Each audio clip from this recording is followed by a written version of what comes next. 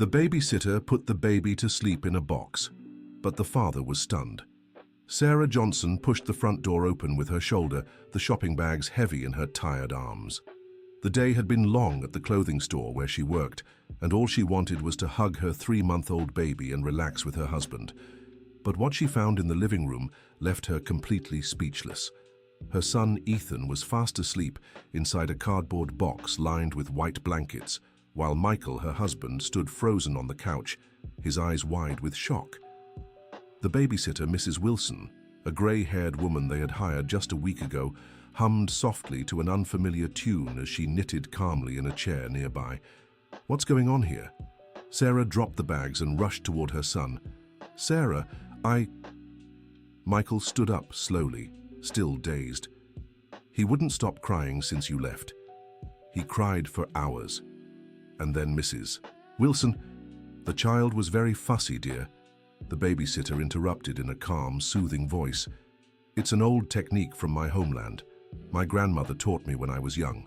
It always works." Sarah leaned over the box, watching her son sleep with a peace she hadn't seen in weeks. Ethan had been born with severe colic, and the sleepless nights were tearing the family apart. But seeing her baby like this left her torn between relief and panic. "Is this safe?" she asked, gently touching the boy's face. "Over 40 years caring for children, Mrs. Johnson. Never had a problem," Mrs. Wilson replied, still knitting. "Back in the Rocky Mountains, where I'm from, all the grandmothers know this method. The box walls mimic the coziness of the mother's womb." Michael stepped closer to his wife, still visibly shaken. He had spent the last 3 months feeling utterly helpless against his son's endless crying. Nothing he tried worked. But now, seeing Ethan sleeping so soundly, he didn't know whether to feel relieved or worried. "How long has he been like this?" Sarah asked. "Almost 3 hours," Michael answered, running a hand through his hair. "He hasn't slept properly in days. You know that. I was desperate. When Mrs. Wilson suggested it, I didn't know what else to do." The babysitter set her knitting aside and stood up slowly. Her movements were deliberate, like someone who had learned patience over time. Mrs. Wilson was 68, and her eyes held a wisdom only decades of experience could bring. "I know it must seem strange to you city folks," she said, smoothing the floral apron she always wore. "But my grandmother, Mrs. Thompson, cared for over 100 children in our community, never lost a single one, and I learned everything from her." Sarah stayed by the box, watching Ethan's steady breathing. For the first time in weeks, her son seemed truly at peace, but doubts nagged at her. Doubts? How could something so simple work when even doctors couldn't help? "How did Mrs. Thompson discover this?" Sarah asked, curious despite her worries. Mrs. Wilson's eyes lit up at the memory. "My grandmother was a midwife in our region, born in 1920, back when there were no doctors around. She noticed babies calm down in small, snug spaces. She started with wicker baskets first, then wooden boxes lined with soft fabrics." Michael sank back onto the couch, watching the scene. He had grown up in New York City, in a family where everything was solved with modern medicine and technology. The idea of putting his son in a cardboard box went against everything he believed in. But the results were undeniable. "Where did you learn about this, Mrs. Wilson?" Michael asked, trying to better understand the situation. "I was born on a farm in rural Colorado near Boulder," the nanny replied, sitting back down. "My family always lived off the land. When I was a girl, I helped my grandmother care for the babies in our community. There was no hospital for miles. We had to make do with what we knew." Sarah noticed how Mrs. Wilson spoke fondly of the past, but she also saw a shadow of sadness in her eyes. There was something deeper in that story, something the nanny wasn't sharing. Dear listener, if you're enjoying the story, don't forget to like and especially subscribe to the channel. It helps us a lot as we're just starting out. Now continuing, "And how did you end up here in Denver?" Sarah pressed, sensing there was more to uncover. Mrs. Wilson hesitated for a moment, her hands trembling slightly over her knitting. "Life isn't always easy in the countryside, my dear. Sometimes we're forced to leave our land behind." Michael noticed the nanny's discomfort and changed the subject. "What matters is that Ethan is sleeping, but I need to understand, Is this really safe? There's no risk of him getting hurt. The box is big enough for him to move, Mrs. Wilson explained, regaining her composure. The sides are low and the blankets are breathable. It's like a temporary crib, but it mimics the conditions of the womb. Sarah knelt beside the box, observing every detail. The blankets were carefully folded, creating a cozy nest. Ethan breathed peacefully, his tiny fists relaxed beside his serene face. For the first time since his birth, he seemed truly at ease. "How many babies have you cared for using this method?" Sarah asked. "Many." Mrs. Wilson smiled sadly. "Some were mine, others belonged to families who needed help." Michael caught the melancholy in the nanny's voice. "Mrs. Wilson, do you have children?" The silence that followed was heavy. The nanny lowered her eyes to her knitting, her hands stopping mid-motion. Sarah and Michael exchanged glances, realizing they'd touched on a delicate subject. "I had a daughter," she finally said, her voice barely a whisper. "Emily, she'd be about your age now." "Would be?" Sarah asked gently. "She isn't with us anymore."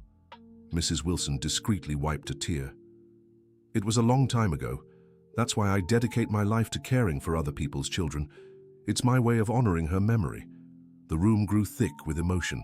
Sarah felt a pang in her heart, imagining the pain this woman carried. Michael, meanwhile, began to understand why Mrs. Wilson seemed so devoted to Ethan's care. "I'm so sorry," Sarah said, lightly touching the nanny's hand. "Don't worry, dear." Mrs. Wilson smiled through her tears. "Every baby I care for brings me a little joy. It's as if Emily is helping other mothers through me." Ethan stirred slightly in the box, letting out a small, contented sigh. The movement lightened the weight of the moment, reminding everyone of his peaceful presence. "He really is doing well," Michael observed, stepping closer again. "Babies sense our energy," Mrs. Wilson explained. "When we're tense and worried, they get restless too. The box helps, but a calm environment is key." Sarah reflected on the past few weeks. It was true. The more desperate they'd grown over Ethan's crying, the worse he'd seemed. It was a vicious cycle that was tearing the family apart. "Mrs. Wilson," Sarah said hesitantly, "how did you end up in our home? Who referred you again?" "Your neighbor, Mrs. Jennifer," the nanny replied promptly. "She met me through a friend from the Riverdale neighborhood." Michael remembered the conversation with Jennifer. She'd appeared out of nowhere offering help when she saw the exhausted couple in the elevator. At the time, it seemed like a blessing to have found someone available so quickly. "Have you known Mrs. Jennifer for long?" Michael asked. "Not very long," Mrs. Wilson replied, "but she seemed very concerned about you. She said the baby cried a lot and that you needed urgent help." Something about the answer didn't sit quite right with Sarah. Jennifer barely knew them, and it was odd for her to get so involved in her neighbors' lives. But maybe it was just solidarity among mothers. Ethan started stirring more in the box, signaling he was waking up. Mrs. Wilson stood up immediately, as if she had a special instinct for these moments. "It's time for him to nurse," she said, carefully picking Ethan up from the box. Sarah was impressed by the nanny's precision. Indeed, Ethan usually woke up hungry around that time. She cradled her son, grateful he was calm instead of crying desperately as usual. "How did you know he'd wake up now?" Sarah asked. "Experience," Mrs. Wilson smiled. "After so many years, you learn to read babies' cues. Each one has their own rhythm." While Sarah nursed Ethan, Michael watched Mrs. Wilson carefully arrange the box. She folded the white blankets with military precision, as if it were a sacred ritual. There was something almost reverent in how she handled those simple objects. "Mrs. Wilson," Michael said, "you mentioned you learned other techniques from your grandmother. Could you teach us?" The nanny's eyes lit up. "Of course. There's the colic massage, relaxing herb baths, specific ways to hold fussy babies. My grandmother knew secrets modern mothers have forgotten." Sarah was immediately interested. Anything that could help Ethan was welcome. "Do these techniques really work?" "They work because they're natural," Mrs. Wilson explained. "They don't force the baby into anything. They just create conditions for him to feel safe and loved." Michael still had doubts, but he couldn't deny the results. Ethan had slept more in the last 3 hours than in the past 3 days. If there were other techniques that could help, it was worth trying. "Where did you learn so much about babies?" Michael asked. "Did you take any courses?" Mrs. Wilson hesitated again, as if the question made her uncomfortable. "Mostly through practice, but yes, I've taken some courses over the years." "What kind of courses?" Sarah pressed, noticing the hesitation. "Childcare, first aid, some basic nursing techniques," the nanny answered vaguely. "I always wanted to do things the right way." Michael sensed there were more details Mrs. Wilson wasn't sharing, but he decided not to push. What mattered was that she knew what she was doing, and Ethan was safe. Ethan finished nursing and started getting fussy again. Sarah tried to soothe him the usual way, but he quickly returned to the intense crying that had become routine. "May I try the box again?" Mrs. Wilson asked gently. Sarah looked at Michael, who reluctantly nodded. Within minutes, Ethan was back in the box, visibly calming down. It was astonishing how well the method worked. "Won't this create dependency?" Michael asked, concerned. "No," Mrs. Wilson assured. "It's temporary. As he grows and his nervous system matures, the need will fade naturally. The box is like a bridge between the womb and the outside world." Sarah watched her son relax completely. His features, which had been tense for weeks, finally looked peaceful. As strange as the method seemed, its effectiveness was undeniable. "How long is it usually needed?" Sarah asked. "It varies from child to child," Mrs. Wilson replied. "Some need it for a few weeks, others for a few months. It depends on temperament and individual needs." Michael sat beside his wife, watching their son sleep peacefully. For the first time in weeks, he felt they might survive the first months of parenthood. "Mrs. Wilson," Sarah said, "where do you live? Is it far from here?" "Not too far," the nanny replied evasively. "In the Parkside neighborhood." Michael knew the area. It was a simpler neighborhood, with old houses and narrow streets. He was curious about the nanny's living conditions, but thought it inappropriate to ask directly. "Do you have family in Denver?" Sarah asked. "No," Mrs.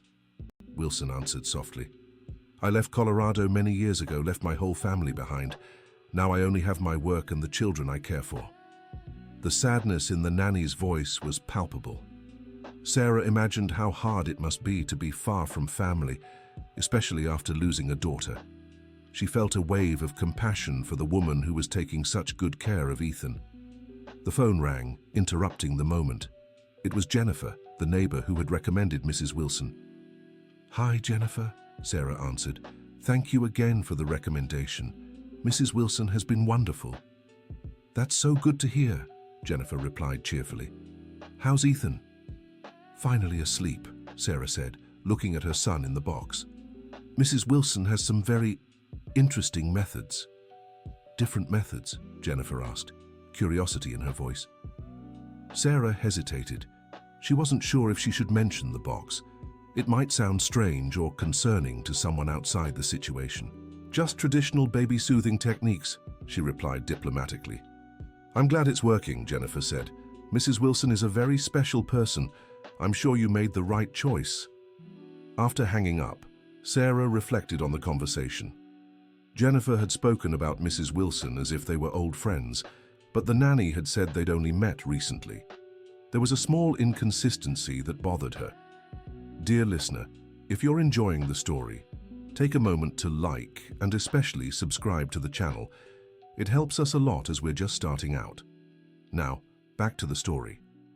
"Mrs. Wilson," Sarah said, "Jennifer spoke about you as if you were old friends, but you said you only met recently." The nanny seemed slightly uncomfortable. "Jennifer is very kind. Sometimes people form bonds quickly when there's a mutual need." Michael noticed the evasive answer, but chose not to press. What mattered was that Ethan was finally resting, and they'd found someone who could help. "Mrs. Wilson," Michael said, "tomorrow I'm taking Ethan to the pediatrician for a routine checkup. Could you come with us? I'd like the doctor to see your techniques." The nanny grew visibly nervous. "I'm not sure it's necessary.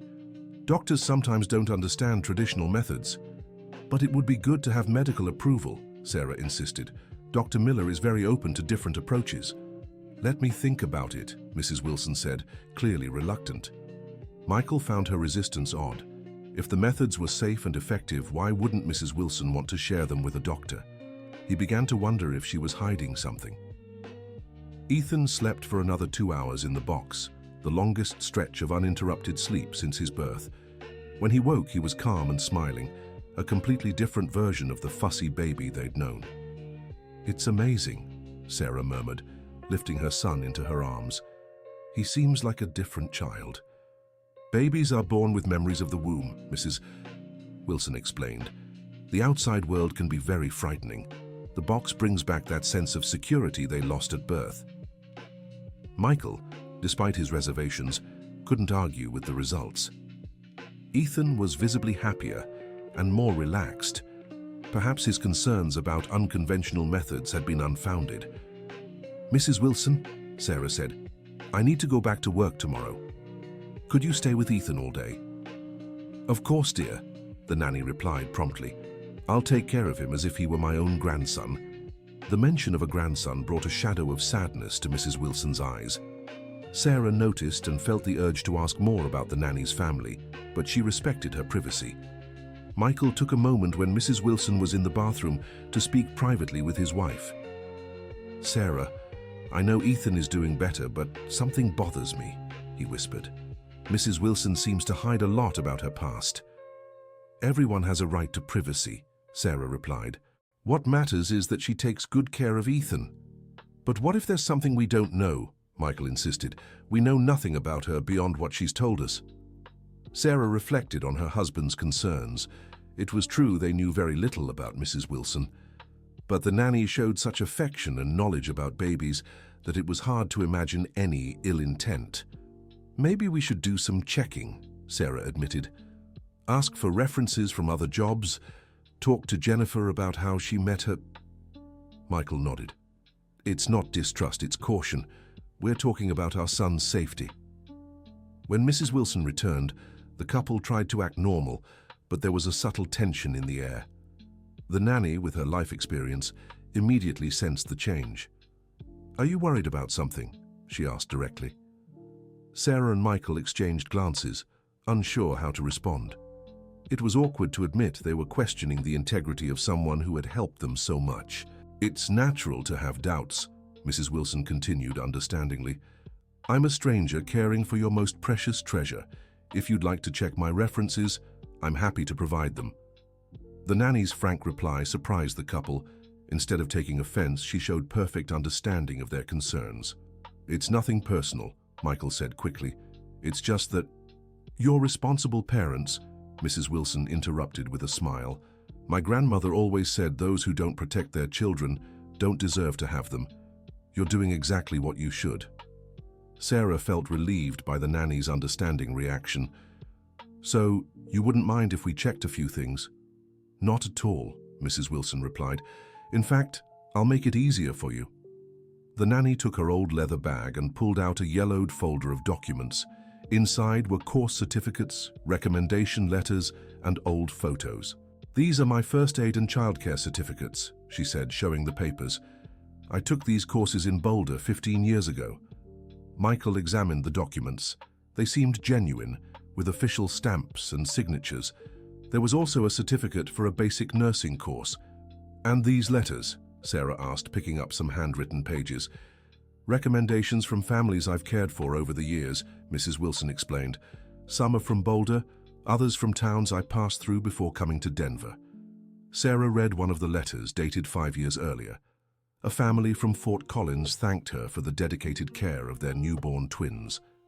The letter praised Mrs. Wilson's patience and knowledge with premature babies. "You've cared for preemies?" Michael asked, impressed. "A few special cases," Mrs. Wilson replied modestly, "when mothers needed extra help in the first months." Michael looked through other letters. All spoke of a dedicated, caring, and extremely competent woman in childcare. Her suspicions began to fade. "And these photos?" Sarah asked, picking up some old photographs. Mrs. Wilson hesitated for a moment. "They're memories of some children I've cared for. I keep them as mementos." The photos showed Mrs. Wilson with various babies and young children over the years. In everyone, her smile was genuine, and the children looked happy in her arms. Sarah paused at an older photo where Mrs. Wilson appeared very young, holding a baby. "Is this your daughter?" The nanny's eyes filled with tears. "Yes. Emily at 6 months old. She was the joy of my life." Michael felt awkward for having doubted this woman who had clearly endured so much pain. Her dedication to other people's children made sense as a way to cope with her own loss. "Forgive our suspicion," Michael said sincerely. "It's just—" "No need to apologize," Mrs. Wilson interrupted, wiping her eyes. "You're caring parents. That makes me even prouder to take care of Ethan." Ethan, as if sensing the emotion in the room, began to whimper softly in the box. Mrs. Wilson immediately went to him and started humming the same melody Michael had heard when he arrived home. "What song is that?" Sarah asked, enchanted by the gentle tune. "A lullaby my grandmother used to sing," Mrs. Wilson replied. "She said the words carried the love of generations of mothers." Ethan calmed instantly with the song. It was as if the melody had an almost magical power over him. Sarah watched in fascination as her son completely relaxed. "Could you teach us the words?" Sarah asked. Mrs. Wilson smiled and began to sing softly. "Sleep, my little angel, sleep in peace. Mommy is here, don't cry anymore. The stars watch over your dreams, and God's love will keep you safe." The melody was simple but deeply moving. Michael felt a lump in his throat, imagining how many generations of mothers had sung those words to their children. "It's beautiful," Sarah murmured. "Did your grandmother write it?" "I don't know the exact origin," Mrs. Wilson answered. "My grandmother said she learned it from her grandmother, who learned it from hers. It's a song passed down from mother to daughter for generations." Michael reflected on the continuity of family traditions. His own family had lost many old customs in the rush of modern life. There was something comforting in knowing some traditions still survived. "Mrs. Wilson," Sarah said, "could you teach us other songs like this?" "Of course, dear," the nanny replied cheerfully. "I know many. My grandmother had a song for every occasion, to soothe, to lull, to play." Ethan fell asleep again in the box, lulled by the song.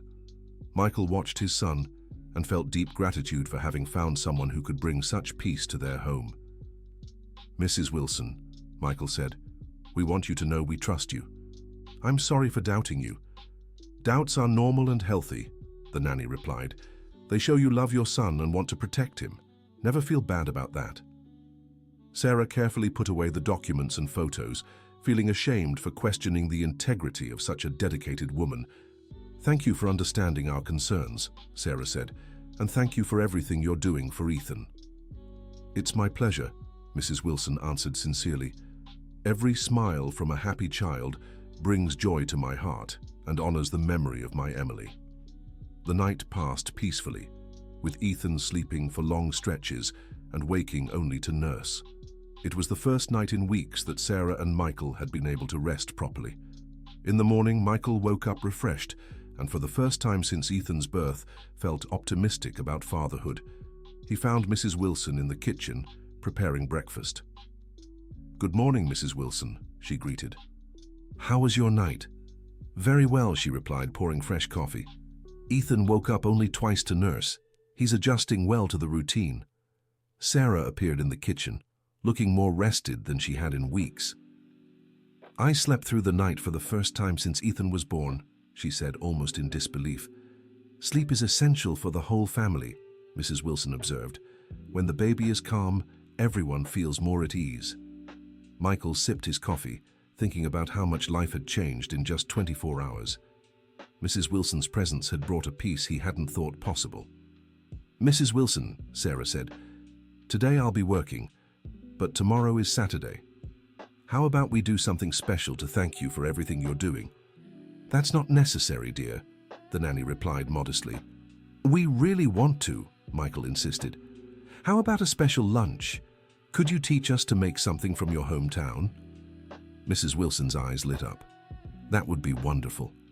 I can teach you my grandmother's beef stew recipe. It's a family tradition." Sarah was excited by the idea. "Perfect. I'd also love to learn more about the techniques you mentioned yesterday.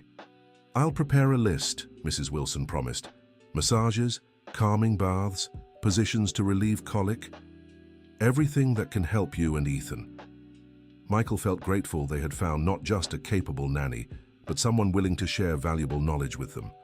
Ethan woke up in the box and, for the first time since birth, didn't immediately start crying. Instead, he looked around curiously, as if exploring the world around him. "Look at that," Sarah exclaimed, lifting him into her arms. "He's awake and calm." "The box really works even during REM sleep," Mrs. Wilson noted. "He's learning the world can be a safe place." Michael watched his son with admiration. Ethan seemed like a completely different child, alert but calm, curious but not anxious. "How much longer will he need the box?" Michael asked.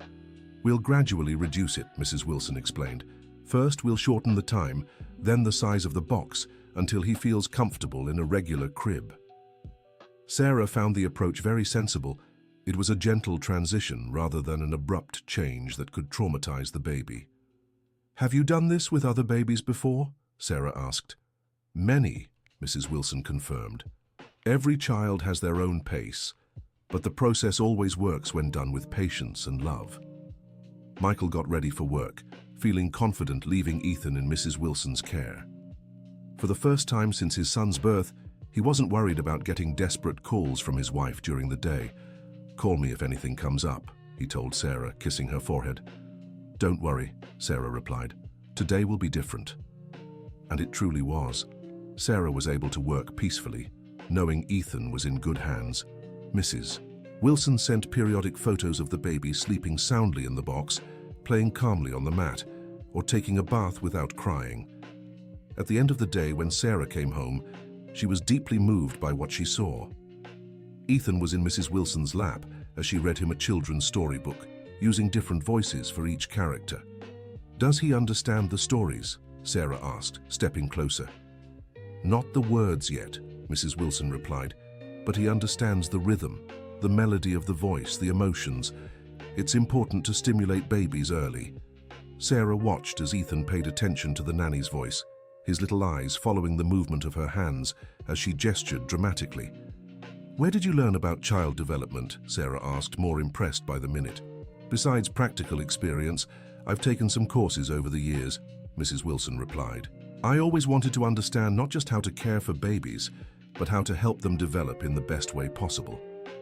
Michael arrived shortly after and was equally impressed by the scene. Ethan was noticeably more alert and interactive than he had been in his first few months of life. "How was the day?" Michael asked. "Wonderful," Sarah answered. "Ethan took 3 long naps in the box, nursed without any trouble, and even played a little on the mat without crying." "The box is doing more than just calming him," Mrs. Wilson observed. "It's helping his nervous system mature. Babies who feel secure develop better in every way." Michael reflected on the nanny's words. It made sense that a calmer, well-rested baby would have better overall development. "Mrs. Wilson," Michael said, "tomorrow we're going to the pediatrician. I'd really like you to come with us and explain the box technique to Dr. Miller." The nanny hesitated again. "I'm not sure it's a good idea. Doctors can sometimes be resistant to traditional methods." "Dr. Miller is different," Sarah assured her. "He always encourages us to do what works best for Ethan, even if it's unconventional." "Let me think about it," Mrs. Wilson said, clearly uncomfortable with the idea. Michael decided not to push, but was curious about her reluctance to speak with doctors. Maybe she'd had bad experiences in the past. Dear listener, if you're enjoying the story, don't forget to like and especially subscribe to the channel. It really helps those of us just starting out. Now, continuing. The night passed peacefully, with Ethan keeping to his new sleep routine.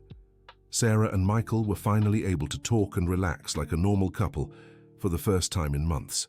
"You know," Sarah said, snuggling on the couch beside her husband, "I was starting to think we weren't cut out to be parents."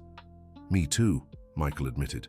"It felt like we couldn't do anything right to calm Ethan down." "Maybe the problem wasn't with us," Sarah reflected. "Maybe he just needed something we didn't know how to give." Michael agreed. "Mrs. Wilson brought knowledge we've lost in modern life. Sometimes the old solutions are the best. I keep thinking about how many mothers go through what we did without finding help, Sarah said sadly. Maybe we should learn everything we can from Mrs. Wilson, Michael suggested, so we can help other parents in the future. Sarah liked the idea. It could be a way to give back for all the help we're receiving. The next morning, Mrs. Wilson arrived with a bag full of aromatic herbs. I brought some plants my grandmother used to calm babies, she said, showing the contents. What kinds of herbs? Sarah asked, examining the small bundles. Chamomile for relaxing baths, lavender for gentle aromatherapy, fennel for colic, Mrs. Wilson explained. All natural and safe for babies. Michael smelled the lavender and immediately felt more relaxed. Does this really work? Babies are very sensitive to scents, Mrs. Wilson explained. Soft, natural fragrances can have a deep effect on their mood and sleep. Sarah was fascinated by the nanny's wealth of knowledge. Where do you get these herbs? I have a small garden in my backyard, Mrs. Wilson replied. I grow everything I need for my work. Michael imagined the dedication it took to maintain a medicinal garden. It was further proof of Mrs. Wilson's deep commitment to her work. I'd love to see your garden someday, Sarah said. Mrs. Wilson seemed hesitant. It's just a small plot, nothing special. To us it would be very special, Michael insisted. We want to learn everything about these traditional techniques. The nanny smiled timidly. Maybe one day, when you have time. Ethan woke up in the cardboard box and immediately smiled at the people around him. It was the first time he had shown happiness right upon waking, rather than discomfort.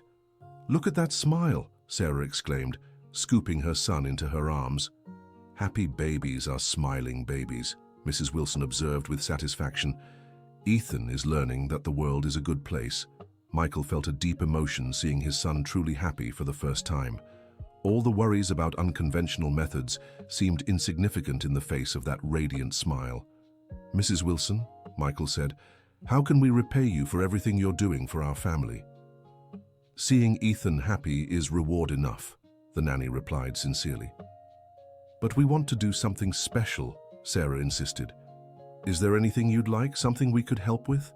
Mrs. Wilson hesitated, as if she were about to say something but changed her mind.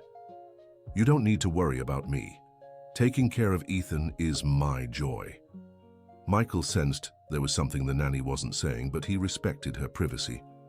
Perhaps with time she'd feel more comfortable sharing. The phone rang and it was Dr. Miller, the pediatrician, confirming the afternoon appointment. Michael took the opportunity to ask if he could bring someone along. Of course, Dr. Miller replied. In fact, I'm curious to meet this nanny you've praised so much. Michael glanced at Mrs. Wilson, who was clearly listening to the conversation. Dr. Miller would really like to meet you. I don't know. The nanny hesitated again. Please, Sarah urged. It would be important to have his professional opinion on the techniques you're using with Ethan. Mrs. Wilson thought for a moment. All right, but I hope he understands that not everything can be explained by modern medicine. Dr. Miller is very open-minded, Michael assured her. He always says medicine is as much an art as it is a science. On the way to the doctor's office, Mrs. Wilson was visibly nervous. Sarah tried to reassure her by talking about neutral topics, but she could sense the nanny's tension. Are you okay? Sarah asked gently. It's just, I've had trouble with doctors before, Mrs. Wilson admitted. Not all of them are receptive to traditional methods. What kind of trouble? Michael asked, concerned. Once, in a small town, a doctor accused me of practicing medicine without a license, Mrs. Wilson explained, visibly disturbed by the memory. Just because I used herbal teas to soothe a colicky baby. Sarah and Michael exchanged worried glances. They were beginning to understand why the nanny was reluctant to meet doctors. What happened? Sarah asked. I had to leave town, Mrs. Wilson replied sadly. The baby's family defended me, but the doctor had too much influence locally. It wasn't worth fighting. Michael felt anger at the thought of Mrs. Wilson being persecuted for helping children. That's terrible. I'm so sorry you went through that. That's why I prefer to work quietly, the nanny explained.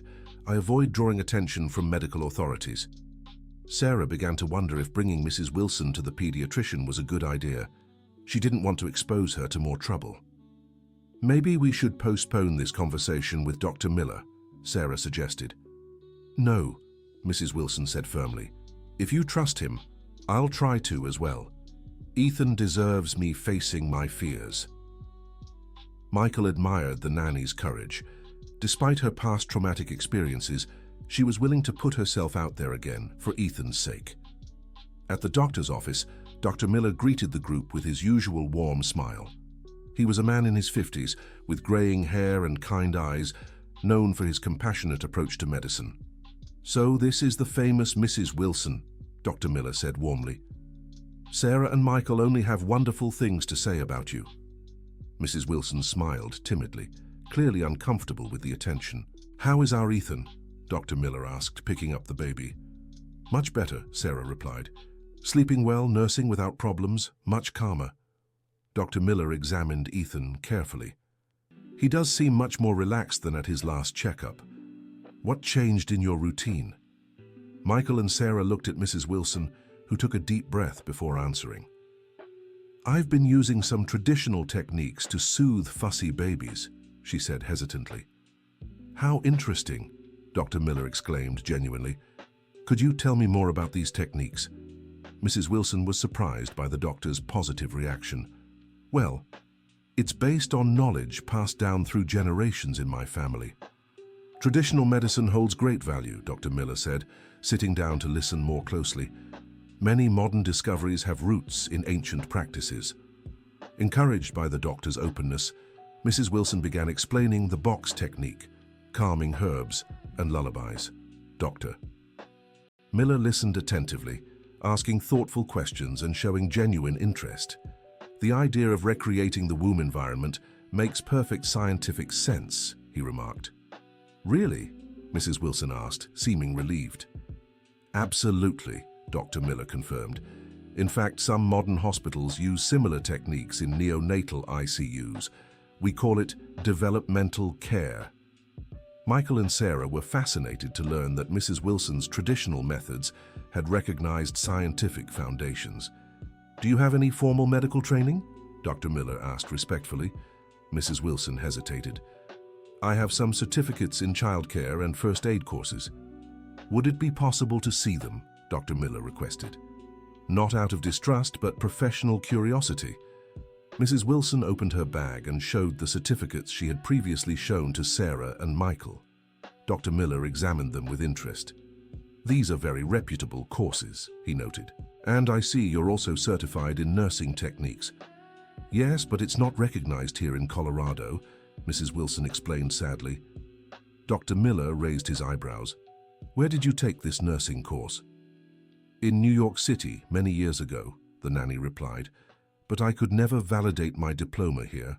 Michael and Sarah exchanged glances, surprised. Mrs. Wilson had mentioned New York City for the first time. "New York City?" Sarah asked. "I thought you were from rural Colorado." Mrs. Wilson noticed their hesitation. "I was born in Colorado, but I lived in New York City for a few years. It's a complicated story." Sensing her discomfort, Dr. Miller changed the subject. "What matters is that Ethan is clearly benefiting from your care. I'd like to document these techniques if you don't mind." "Document them?" Mrs. Wilson asked, alarmed.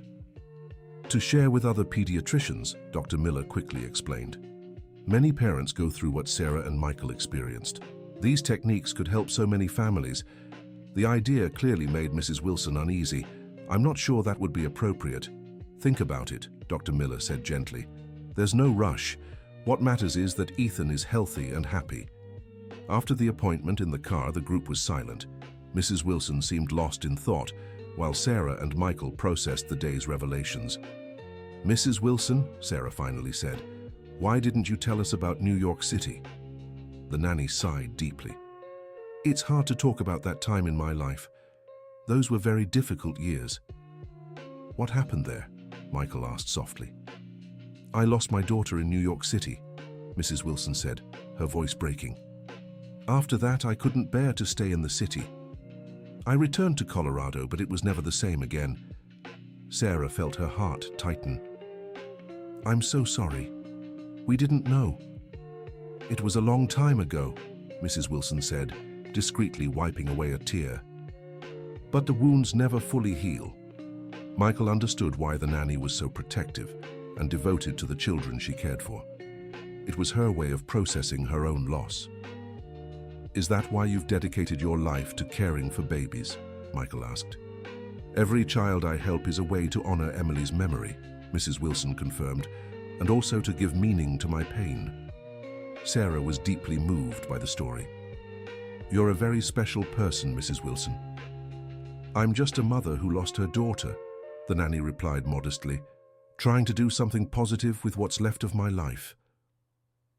The rest of the trip passed in respectful silence. Everyone was processing the emotions of the day and the painful story Mrs. Wilson had shared. At home, Ethan went straight to his cardboard box and fell asleep quickly, as if sensing everyone's need for a moment of peace. "Mrs. Wilson," Sarah said, "we want you to know how much we respect your story and your dedication. And we'd like to help however we can," Michael added. "You already are," the nanny replied. "By letting me care for Ethan, you're giving me purpose and joy." Sarah reflected on how sometimes people come into our lives exactly when we need them and how often they need us too. "Is there anything we can do for you?" Sarah pressed. Mrs. Wilson hesitated for a long time before answering. "Actually, there is something, but I don't know if I should ask." "Please, tell us," Michael encouraged. "I send money every month to an orphanage in Boulder," Mrs. Wilson explained hesitantly. "They're children who were abandoned, like I almost was when I was little."